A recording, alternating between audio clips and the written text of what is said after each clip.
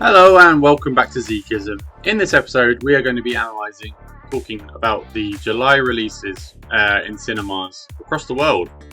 And three in particular, the big hitters, due for release in July, that either are going to cannibalize each other, in my opinion, or they're all going to die a death because they'll just take each other's money. I don't know. We'll analyse the big three. We are talking about, of course, Jurassic World Rebirth, Superman, DC Superman, directed by James Gunn, and the Fantastic Four First Steps, which is easy to say.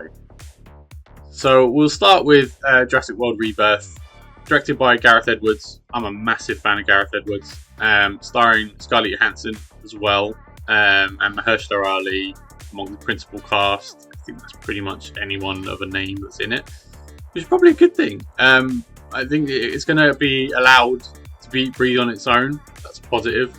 Scarlett Johansson being the first name on the film, or the lead actor of the film, she is quietly becoming one of the most bankable actors in Hollywood. If you look at her earning ratio in terms of her being a big name on the poster, even films outside the MCU, she is a bankable lead actress, and flies in the face of the fact that films don't sell with women in the front. And Gareth Edwards is I'm a massive fan of Gareth Edwards. I think he's a really good director. I love monsters. I really liked Godzilla of 2014. I really liked Rogue One. And I really liked most things he's done. I think he can really bring something to the table, especially from a film about dinosaurs and monsters. So I'm curious to see what he's done with it. And like I said, I'm a massive fan. So for those reasons, I'm in. I'm going to be in the cinema. I'm going to be hopefully enjoying the film. So that's one ticket they've sold. Nevertheless, this franchise, Jurassic World, is sort of Teflon. It makes money despite its poor quality. It certainly has done historically. The last three, certainly the Jurassic World franchise, not Jurassic Park, Jurassic World, since 2015 when Chris Pratt and Bryce Dallas Howard started leading the cast. I've not been a massive fan. I'll be honest. The quality has not been very good, in my opinion. But I think it doesn't matter because it makes a ton of money at the box office. All three of the films of that franchise made $1 billion worldwide. Obviously adjusted for inflation, that's not true, but nevertheless it will go down. The records say they all three made $1 billion across the world. Again, Teflon, it doesn't matter what people think of it. People want to see dinosaurs on screen, and that franchise gives it to them. Here's a fourth one, or a start of a new trilogy allegedly, and they're going to be getting more of the same. Some of the similar dinosaurs, some new sort of genetic hybrids. Yeah, it will sell. Of course it will. It will make money. Whether it makes more money than the next two films I'm about to talk about, that's debatable. But nevertheless, it's a big hitter coming out at the beginning of the month to kick things off in July. Followed the week after by James Gunn's Superman. It is a reboot, so we can call it a reboot. This looks really good. I never thought when it first announced, I thought, I'm not sure. I really love James Gunn. For everything he did with Guardians as well, but Slither, and he's a really great filmmaker. I think there is an alternate universe about what would have happened had he stuck around Marvel, had Disney not pulled the trigger on him and sort of alienated him. He was doing something really special with the Cosmic Universe, which apparently was the plan. He was going to lead that side of the MCU. I think that would have been for its betterment, to be honest with you, but that's an alternate. That's a what if story there. Can you imagine if they made that episode? James Gunn stuck around. But it's. I think this film looks really great. I think David Corenswet stepping into Henry Cavill's shoes now. Let's be honest, because Henry Cavill's the face of Superman that we all know. He did own that role for a long time, and he was really good at it. I don't care what anyone says. I think he was a really good Superman. But yeah, all the trailers for this film look really good. All the promotional for this film looks really good. And unlike the film I'm going to talk about in a minute, I think there's a more positive vibe coming from the promotion of this film. There's a more fan goodwill. I think the DC fans have been starved of good films for so long, and really meaningful projects that they're desperate to see it, even more so than I would have envisaged. I mean, and I'm not a massive DC fan. I'm a Marvel guy. Always have been, always will be. But I'm more excited. I'm probably more excited to see this than I am the Fantastic Four film, which I never thought I'd say a month ago. I never thought I'd say that, but everything they've released from this film has won me over more and more and more, to the point where I think it's gonna do better than the Fantastic Four First Steps do. I don't know where that leaves Marvel. I can see the headlines being written after that happens, if that happens, should I say.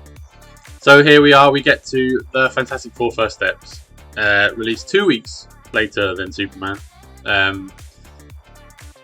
What do we say about the Fantastic Four First Steps?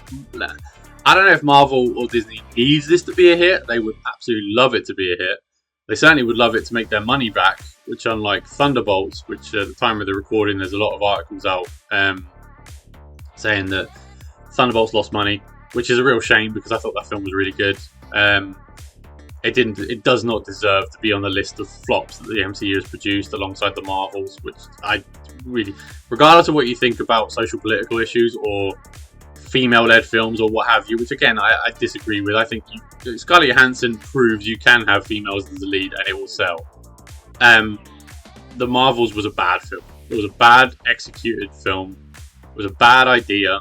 The plot was what it was, and I don't think it deserves the amount of hate it gets, but it wasn't a good film. And I think it along with other projects the MCU has done over the last few years have served to chip away at fan goodwill. And here we are in 2025 with a big tentpole release, and people aren't really that excited that I can see. There isn't a further to go buy tickets, I don't think. I saw the news report that they were outselling every other film in 2025. I'll be honest, who else was surprised by that news story? Because I was. Nevertheless, I hope this film is entertaining. I have faith in Matt Shakman, the director. He did a wonderful job with WandaVision. And everything I've seen aesthetically, I'm in. I love the retro futuristic 60s vibe. I like the fact it's going to take place in an alternate universe. I think that makes all the sense in the world. And then have them, collide with our sacred timeline MCU. And then we go from there, basically. But I think, I hope this film is just an entertaining, good, fun film. I think that's what Marvel needs desperately. A film that entertains the masses. It pleases audiences. Do that. I don't care about the Silver Surfer thing. I really don't. I know some people do who really love that character or grew up with that character. I don't think it matters too much. But then again, I'm talking as a non-Silver Surfer fan. I was never a huge fan of that. I think it is what it is. So that doesn't bother me necessarily. I understand why people have reservations about it. Some of the other stuff that's been sort of anti-marketing went into Pedro Pascal a couple of weeks ago. I think he's not helping things with his promotion, if you can call it that, of the film. I understand that he's going out on a limb and being sort of an activist. I support his causes, I think, for the most part. I think you can be an activist and be an actor, but you can't expect people to love what you do if you're going to go out and divide people like that. And like I said, I don't want to be one of those people who doesn't advocate for free speech, because I genuinely advocate for free speech. But if you're paid to promote a film that costs a bunch of money, I don't know how people hire you after that. But then, that will come in the test of time. Getting back to Fantastic Four First Steps, I'm hyped to see this film, but I can't believe I'm saying I'm less hyped to see it than I am Superman, which I never thought I'd say as a non-Superman fan. But I just think everything I've seen of Superman looks great. I trust James Gunn implicitly. I think he's brilliant, a really inventive, great filmmaker. As a writer, he excels as well. The Guardians trilogy, all three of them are brilliant. Slither and other projects he's been a part of that he's written as well have been great. And I think they've got the right man in charge of DC. I think that's going to garner more fan goodwill. He's building a universe, clearly. We hear about the projects that are coming. And I think it's going to do better than Fantastic Four. I never thought I'd say that. Whether it does better than Jurassic World, I'm going to go out on a limb and say no. I think Jurassic World Rebirth will do well. Past 500 million, maybe not top 750. I think Superman gets close to $1 billion but doesn't make it, and I think Fantastic Four probably gets a 600 or 700 million worldwide, maybe. I don't know. It's hard to judge the state of the MCU at the moment. It really is. Yeah, it's really hard. I think when all's said and done, it's going to be the fans are going to lead this. I think there's enough people worldwide who want to see big dinosaurs going crazy on film, which they're going to get with Jurassic World, so that will please audiences. If it's a good film anyway, that will help it no end. I hesitate to say this one's going to make $1 billion though, but then I've said that before and this franchise has dominated me, so I don't think it's going to make $1 billion. I think we're in a different period now in terms of cinema. People are a bit more selective about going to the cinema, and that may play in its favour because people know what they're going to get from Jurassic World Rebirth, which is crazy dinosaurs running around. There's no marketing in the world that doesn't say that in the trailer. You're going to get big dinosaurs going crazy on an island, and it's a survival horror thing, adventure.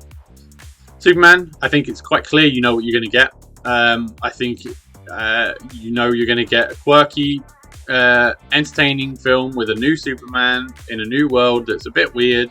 But I think you see in the trailers, they're telling the audiences what they're going to get. I think Fantastic Four are holding things back, maybe deliberately holding things back, but I think there is still question marks about what this film is going to be. And I think the audiences are going to respond in kind. I don't think it's going to either be a surprise when people go, oh, this is really good. In which case, the word of mouth will be important, but may not travel because there are the anti-marketing things getting in the way of that goodwill message. Like I said, and I think that's going to hurt the film. I think it's going to hurt the film's takings, and we'll be having a conversation in a month and a half's time about why the Fantastic Four first steps did not cross, a certain threshold in terms of money made, and is the MCU dead and all that sort of conversation. So look forward to that with a hole in the head, like a hole in the head, should I say. Yeah, let me know what you think. I think it's going to be number 1 Superman, number 2 Jurassic World Rebirth, and number 3 Fantastic Four First Step. But what do you think? Am I right? Am I wrong?